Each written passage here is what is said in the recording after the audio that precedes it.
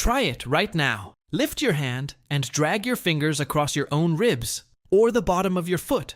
Go ahead. Really try to tickle yourself. Nothing. No matter how hard you try, you can't do it. The exact same touch that would have you screaming with laughter if someone else did it, coming from your own hand, feels like almost nothing. That's strange on its own, but the reason behind it is much stranger. Because the answer has nothing to do with your skin, or your nerves, or your hands. It's about a secret prediction your brain is making about you, every single second, without ever telling you. And the same mechanism that stops you from tickling yourself is the one that, when it breaks, lets a small number of people tickle themselves perfectly. What that reveals about them is genuinely unsettling. Stay with me. First, you need to know that tickling is actually two completely different things. The first is that light, feathery, almost itchy feeling when something brushes your skin softly, a bug crawling up your arm, a loose hair on your neck. Scientists call it nismesis. It's irritating, not funny. The second is the real one, the deep, uncontrollable, laugh until you cry kind that hits when someone digs into your ribs, your armpits, the soles of your feet. That one is called gargalesis. And here's the first clue. The light, itchy kind? You can absolutely do that to yourself. The laughing kind? You physically cannot, not ever. The question is, what makes the second one so different? And why your own hand is locked out of it? The answer lives at the back of your skull, in a part of your brain called the cerebellum. One of its main jobs is to predict the consequences of your own movements before they even happen. Every time you decide to move, your brain fires off two signals at once. One goes to your muscles to actually do the thing. The other is a copy of that command, an internal heads-up sent to your senses that says, "Get ready. I'm about to feel this, and it's me doing it." So by the time your fingers reach your ribs, your brain already knew the exact instant, the exact spot,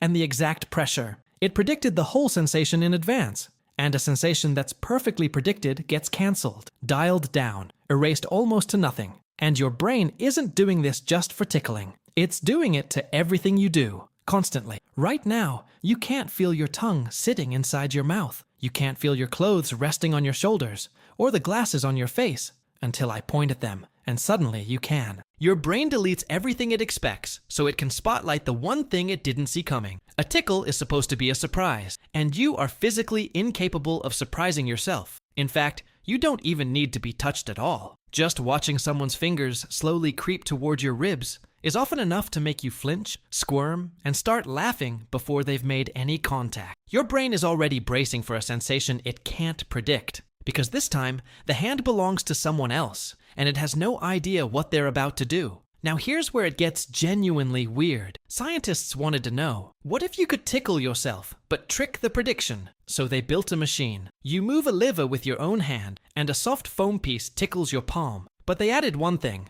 a tiny delay, a fraction of a second, between your movement and the touch. And suddenly, it worked. People could tickle themselves. And the longer they stretched the delay, the more ticklish it felt. Why? Because your brain's prediction no longer matched reality. The "it's me" signal still went out, but the touch arrived a beat too late. The timing was off, so your brain flagged it as something external, something it hadn't fully caused. The tickle came rushing back the exact moment your brain lost certainty that you were the one doing it. That's how thin the line is. So why do we even have this response? Why does the body laugh and twist and squirm when it's touched in certain places? Look at where you're most ticklish. Your ribs, your armpits, your neck, the soles of your feet, your stomach. Now notice something unnerving. Those are the exact same places that are the most vulnerable and least protected on your entire body. No bone shielding the organs behind your ribs and belly. Major blood vessels sitting close to the surface at your neck and armpits.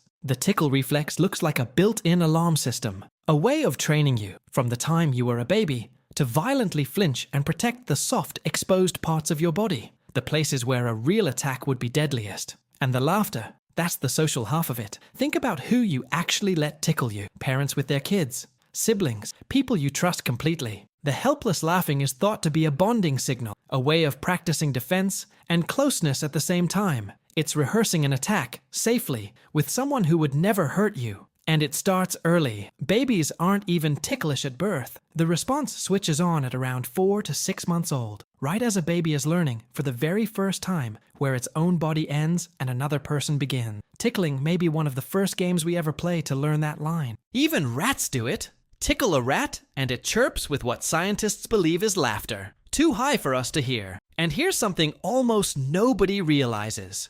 That laughter isn't joy. When you're tickled, your face laughs while your body recoils. You're smiling and trying to escape in the exact same instant. Research suggests the laughter from tickling isn't the laughter of happiness at all. It's closer to a reflex, a panic response wearing a smile. That's why most people, if you actually ask them, say they hate being tickled, even while they're laughing helplessly and can't stop.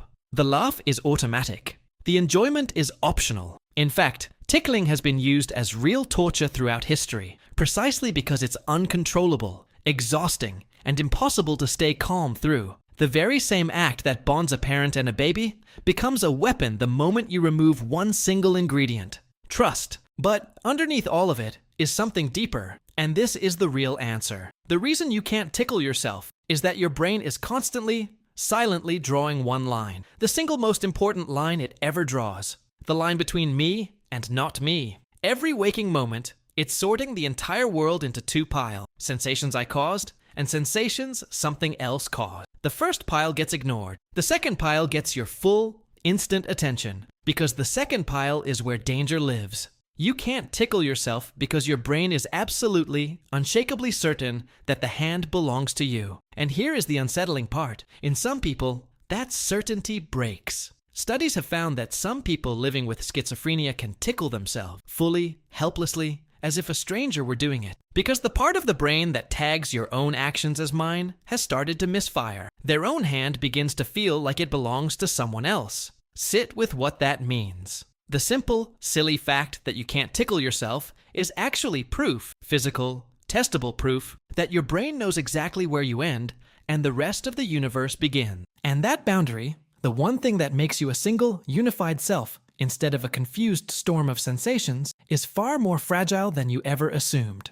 So the next time you try to tickle yourself and feel nothing, don't be annoyed by it. That nothing is one of the most sophisticated things your brain does. Hidden inside that empty, unticklish feeling is the entire boundary of yourself. A prediction machine running billions of times a day, quietly deciding what is you and what is the world, so you can move through reality as one solid person instead of drowning in every sensation at once. But it leaves us with a much heavier question. If your brain is constantly editing your reality, deleting the touches it expects, hiding your own tongue from you, filtering out almost everything you could feel, then how much of what you're experiencing right now is actually real? And how much is just the version your brain decided to let you notice? What else is it hiding from you? That's the next video. And if this made you see your own body a little differently, subscribe, because this whole channel is about the things you were taught to see one single way that were always, quietly, so much more.